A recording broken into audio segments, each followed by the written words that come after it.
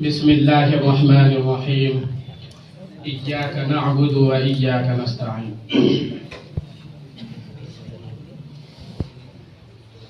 سب سے پہلے میں بزم کے منتظمین یا شرکائے پروگرام کو مبارکباد پیش کرتا ہوں کہ انہوں نے بہت شاندار اس پروگرام کا انعقاد کیا اور اپنے حصے کے کام کی تیاری بھی کی اور اس کو بہتر سے بہتر انداز میں پیش کرنے کی کوشش بھی کی۔ میں دعا بھی کرتا ہوں کہ اللہ تعالیٰ ان کی صلاحیت کو جلا بخشے اور مزید تقویت عطا فرمائے۔ دیکھیے سب سے بڑی چیز کیا ہے، آج جو ہے میں آپ کے سامنے دو باتیں عرض کروں گا، ایک تو موضوع کی مناسبت سے اور دوسری بات ہوگی پروگرام کی مناسبت سے، پروگرام کے تعلق سے۔ سب سے پہلے پروگرام کے موضوع سے متعلق جو بات ہے قضیہ فلسطین، آپ نے اس تعلق سے بہت ساری باتیں سنی، سوالات بھی کیے گئے، جوابات بھی آئے کہ قضیہ فلسطین یہ بہت پرانا قضیہ ہے اور یہ ہمیشہ تنازعات کا شکار رہا ہے۔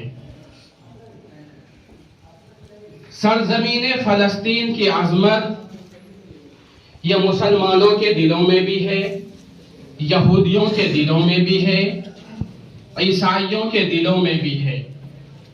اس لیے سب لوگ اس کو حاصل کرنے کے لیے لڑتے جھگڑتے ہیں، خون ریزی تک بھی بات آ جاتی ہے اور وہ برسرے پیکار بھی ہو جاتے ہیں۔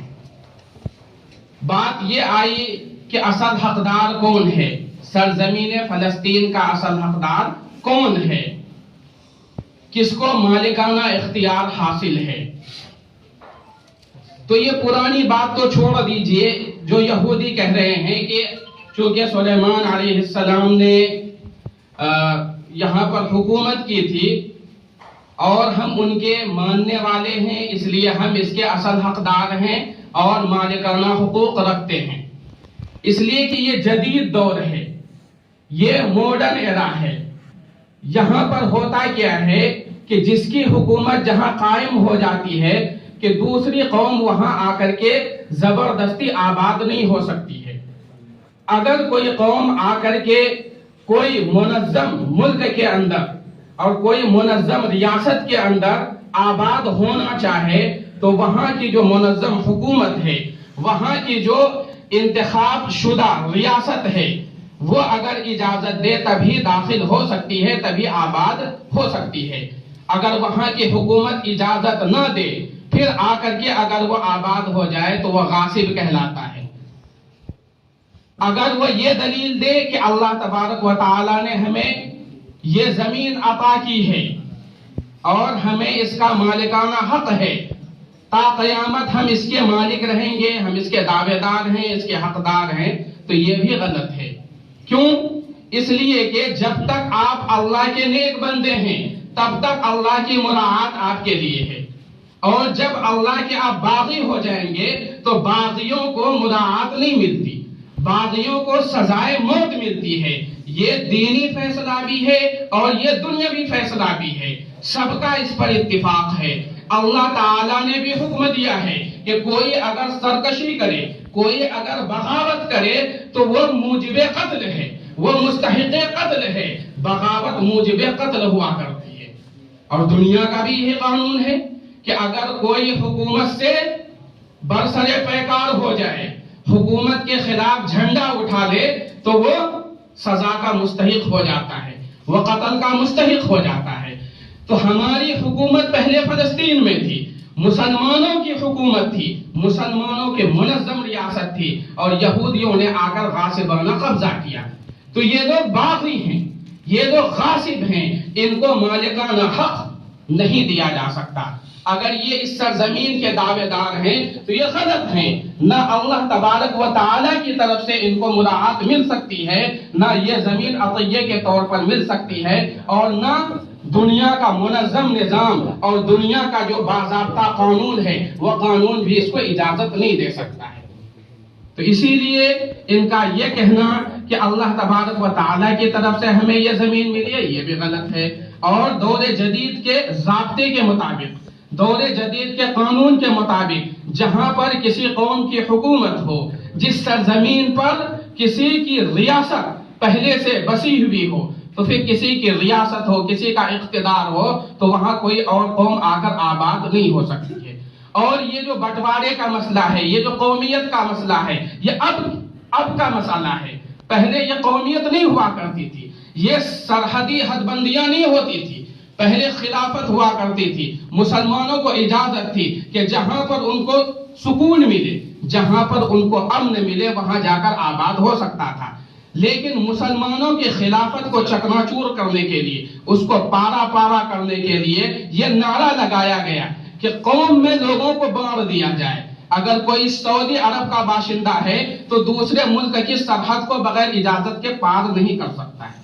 یہ صرف اس لیے کیا گیا تاکہ مسلمانوں کی جو ایک مضبوط طاقت ہے، وہ قوت ہے، اور خلافت کی وجہ سے جو یہ مضبوط ہوتے ہیں وہ خلافت پارا پارا ہو جائے۔ تو یہ شروع ہی سے ہماری سرزمین ہے اور شروع ہی سے ہماری اس پر حکومت رہی ہے۔ باقی ان لوگوں کی جب حکومت تھی لیکن جب حکومت ختم ہو گئی دوبارہ آپ یہ دعویٰ نہیں کر سکتے ہماری مسلم ریاست ہے، ہماری مسلم حکومت ہے، تو پھر ہم اس کے حقدار ہیں، ہم مالکانہ حق رکھتے ہیں۔ یہ ایک یعنی اجمالی بات ہو گئی، یہ ایک اجمالی جواب ہو گیا قضیہ فلسطین کے بارے میں کہ دیکھیے ابھی اس تنازع سے پہلے یہودیوں کے فلسطین میں آنے سے پہلے ہماری حکومت تھی، وہاں پر ہماری ریاست قائم تھی، اس لیے یہ بعد میں آ کر کے بسے ہیں تو یہ باغی ہیں، یہ غاصب ہیں، ان کی حکومت نہیں ہو سکتی ہے۔ اسی لیے یہیں پر جو ہے ہم اس مسئلے کو بند کر دیتے ہیں۔ اگر وہ ہم سے برسر پیکار ہوتے ہیں، ہم سے مجادلہ کرتے ہیں، ہم سے لڑائی کرتے ہیں، تو وہ اپنے موقف میں ناجائز کام کر رہے ہیں، یہ اپنے موقف کے اندر غلط کر رہے ہیں۔ یونائٹڈ نیشن کو بھی اس کی اجازت نہیں دینی چاہیے۔ لیکن میں سچی بات آپ کو بتا دوں کہ یونائٹڈ نیشن جو اقوام متحدہ ہے یہ سب سے غیر مؤثر تنظیم اور سب سے بے اثر ادارہ ہے۔ آپ دیکھ لیجئے فلسطین کے اندر خون ریزی کا ماحول گرم ہے، آج ہی حملہ ہوا یہودیوں کی طرف سے، لیکن اگر یہ ٹروس اور عارضی جنگ بندی ہوتی ہے، متارکہ جنگ ہوتا ہے، تو یو این کا بیان صرف خیر مقدم کا آتا ہے کہ یونائٹڈ نیشنز اس جنگ بندی کا خیر مقدم کرتا ہے، اس کے علاوہ کوئی بھی فعال شرکت نہیں، کوئی بھی فعال حصے داری نہیں، یعنی کوئی بھی ایسا کام نہیں جس کے اثر سے اس جنگ بندی کو روک دی جائے۔ کیوں؟ اس لیے کہ اس کے پاس کوئی پاور ہی نہیں ہے، اس کے پاس کوئی طاقت ہی نہیں ہے۔ تو اگر یہ بے اثر اور غیر مؤثر ادارہ یا تنظیم کسی کے بارے میں اگر فیصلہ کر دے تو قومیں یا ممالک ان کی بات کو یا ان کے فیصلے کو کیسے مانیں گے؟ نہیں مان سکتے۔ اس لیے اگر یونائٹڈ نیشنز کوئی اگر فیصلہ کرتا ہے، چاہے کسی کے خلاف ہو یا اس کے موافق ہو، اس کے حق میں ہو، تو اس کے اندر یونائٹڈ نیشن کے اندر قوت تنفیذ بھی ہونی چاہیے۔ قوت تنفیذ اگر نہیں ہے تو کسی کے فیصلے کا کوئی اعتبار نہیں ہے۔ یہودی ایک چھوٹا سا ملک ہے لیکن پاورفل ہے، اسی لیے یو این کے ہر بیان کی تردید کرتا ہے جو اس کے مخالف جاتا ہے۔ اگر یو این نے ہمارے خلاف فیصلہ کر دیا اور ہم لوگوں سے رائے لیے بغیر، ہم لوگوں کے اتفاق کے بغیر اگر فیصلہ کر دیا تو پھر ہم اس فیصلے کو کیوں مانیں گے؟ اگر آپ مصالحت کروانا چاہ رہے تھے تو پھر دونوں کو بیٹھانا چاہیے، دونوں سے موافقت لینی چاہیے، دونوں سے پوچھنا چاہیے کہ یہ ٹو نیشن سولوشن ہم پیش کر رہے ہیں، دو ریاستی حل آپ کے سامنے رکھ رہے ہیں کہ دو ریاست بن جائے اور آپ لوگ اس پر راضی ہو جائیں۔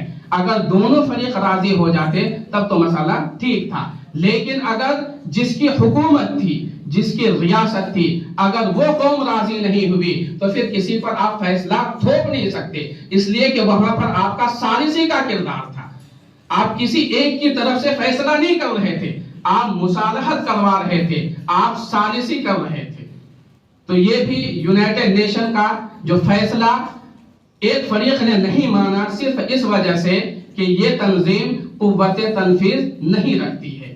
تو اسی لیے اور یہی وجہ ہے کہ جہاں پر جنگ شروع ہو جائے، کوئی ملک دوسرے کمزور ملک پر حملہ کر دے، تو جنگ کو روکنے کی اس کے اندر صلاحیت اور استطاعت نہیں ہے، تو اسی لیے اس کی کوئی بات مانتا بھی نہیں ہے۔ تو یہ ہے قضیہ فلسطین۔